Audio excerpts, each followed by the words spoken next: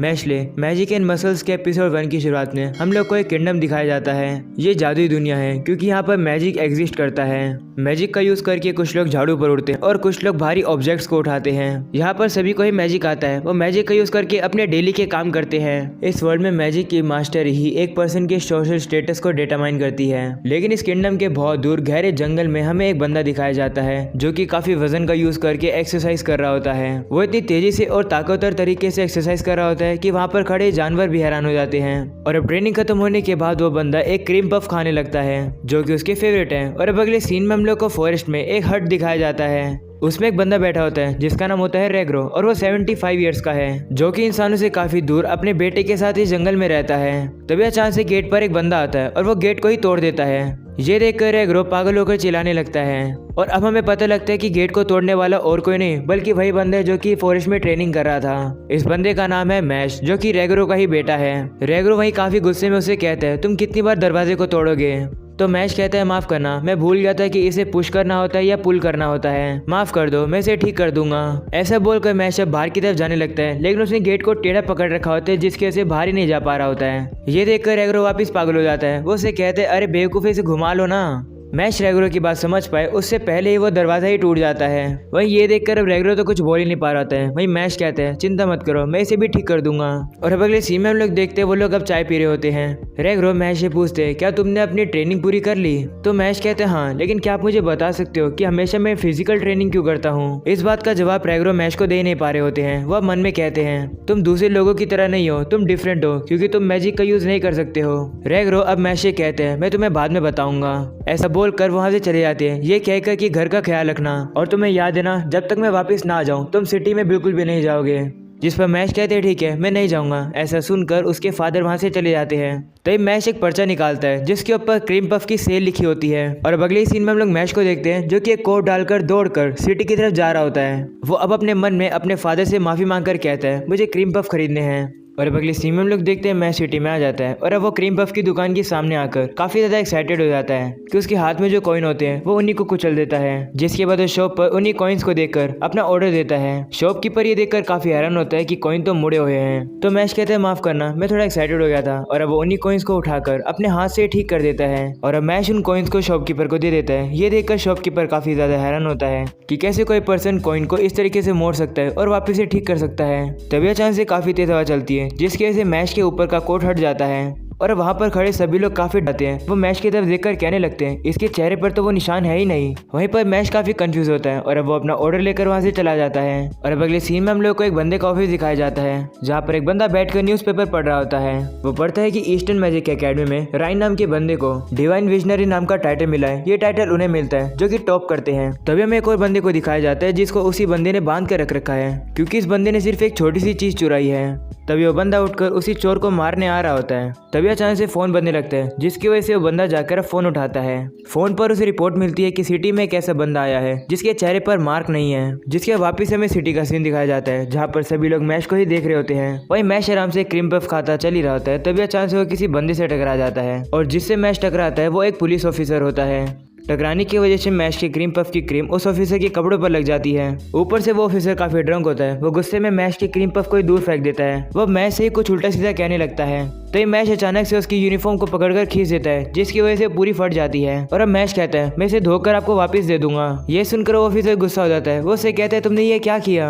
इतनी आवाजें सुनकर वहाँ पर वही ऑफिसर आ जाता है जिसका नाम होता है ब्रैड। वो जैसे ही मैश की तरफ देखता है उसे रियलाइज होता है कि ये तो वही बंदा है जिसके बारे में उसे रिपोर्ट मिली थी कि इसके चेहरे पर मार्क ही नहीं है। लेकिन ऐसी सिचुएशन में भी ये आराम से क्रीम पफ कैसे खा सकता है। और अब ब्रैड मैश से बात करने के लिए उसके तरफ जा ही रहा होता है। तभी अचानक से वहाँ पर रेग्रो आता है जो कि काफी तेजी से आकर मैश को वहाँ से उठाकर ले जाता है। ये देखकर ब्रैड अपने मैजिक का यूज करके एक मैजिकल बर्ड बनाता है और उसको उनके पीछे भेज देता है। जिसके वापस हमें हट का सीन दिखाया जाता है जहाँ पर रेग्रो काफी गुस्से में मैश को डांट रहा होता है क्योंकि उसने मैश को मना किया था सिटी में जाने के लिए। वही मैश काफी दुखी हो जाता है। वो कहता है माफ कर दो, मैं ऐसा नहीं करूंगा आगे से। तो उसके फादर भी उसे माफ कर देते हैं और उसे कहते हैं पनिशमेंट के तौर पर तुम सुबह की ट्रेनिंग दोबारा करोगे। तो मैश भी मान जाता है और अब वो अपने फादर को वही क्रीम पफ दे देता है जो कि वो उसके लिए लेकर आया था। और अब ऐसा करके मैश जंगल की तरफ चला जाता है ट्रेनिंग करने के लिए। तभी अचानक से रेगरो खिड़की के बाहर उसी मैजिकल बर्ड को देखते हैं। इतने में रेगरो कुछ समझ पाता, वहाँ पर एक धमाका हो जाता है और पता लगता है कि वहाँ तो ब्रैड 2 पुलिस ऑफिसर के साथ आ गया है। ब्रैड अब रेगरो से पूछता है वो लड़का कहाँ पर गया और अब सीन शिफ्ट होता है जहाँ पर वापिस से जंगल में हमें मैश को दिखाया जाता है जो कि अपनी ट्रेनिंग काफी खतरनाक तरीके से और काफी जल्दी कर लेता है। और अब ट्रेनिंग खत्म करने के बाद मैश अपने घर पर वापस चला जाता है। वो दरवाजा खोलने वाला होता है लेकिन तभी अचानक से उसे कुछ लोगों के अंदर से आवाज आती है जिसके अंदर का सीन दिखाया जाता है जहाँ पर ब्रैड अपनी पावर को यूज करके रेगरो के गले को दबा रहा होता है। वो रेगरो से पूछने लगते हैं आखिरकार वो लड़का कहाँ पर है। उसके चेहरे पर मार्क नहीं है, इसका मतलब वो मैजिक यूज नहीं कर सकता है और जिनके पास मैजिक नहीं होता है उन्हें जिंदा रहने की भी कोई जरूरत नहीं है। वही रेगरो से कहता है तुम किस लड़की की बात कर रहे हो, मुझे नहीं पता। ये सुनकर ब्रैड को गुस्सा आ जाता है और अब वो अपने मैजिक का यूज करके रेगरो को काफी दूर फेंकता है। और ब्रैड उसे वापिस से कहता है जल्दी से बता दो वो लड़का कहाँ पर है, नहीं तो उसे छुपाने के जुर्म में तुम्हें भी सजा हो जाएगी। तो रेगरो से मना कर देता है और कहता है मैं नहीं बताऊंगा। जिसके रेगरो याद करता है कि जब वो छोटा था तो वो एक काफी बड़ा फेलियर था, उसका मैजिक भी काफी कमजोर था और वो कोई छोटा सा भी काम नहीं कर पाता था। इस वजह से उसकी फैमिली ने उसे घर से बाहर निकाल दिया।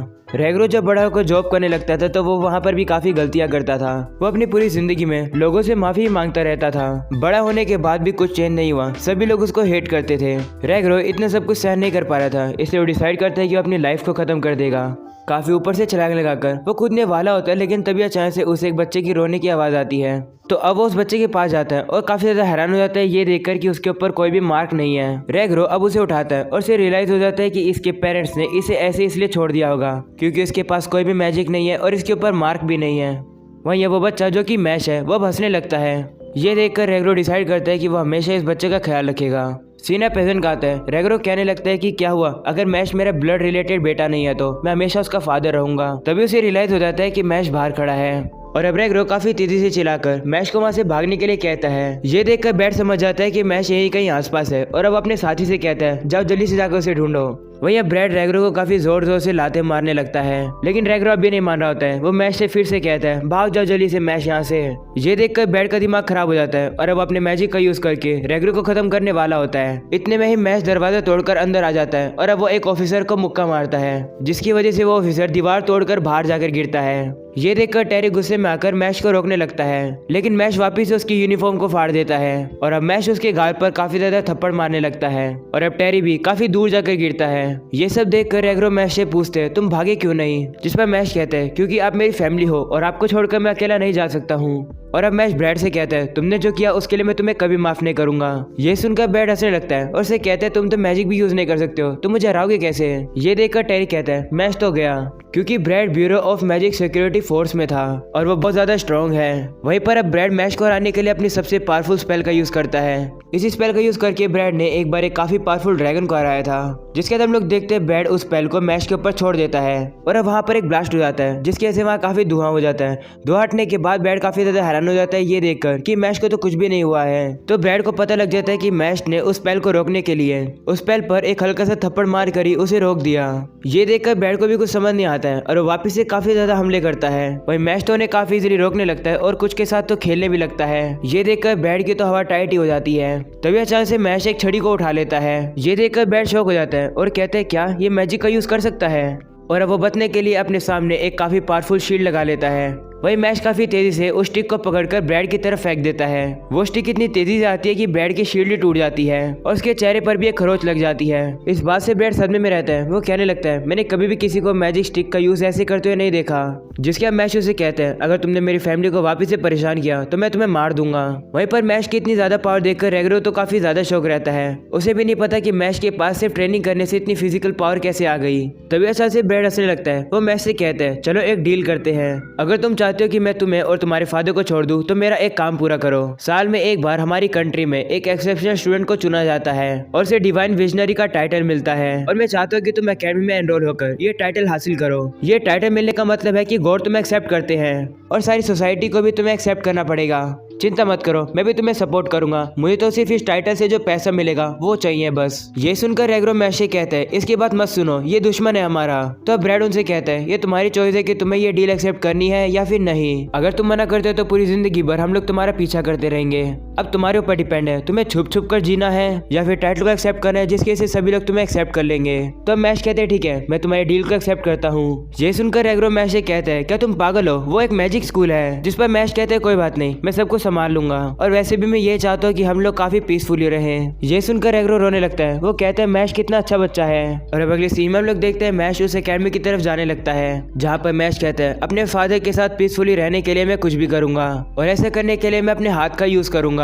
एंड यहीं पर जाता है ये एपिसोड खत्म। पसंद है तो लाइक कर देना, चैनल को सब्सक्राइब कर देना। मिलते हैं इसके नेक्स्ट एपिसोड में, तब तक के लिए बाय बाय।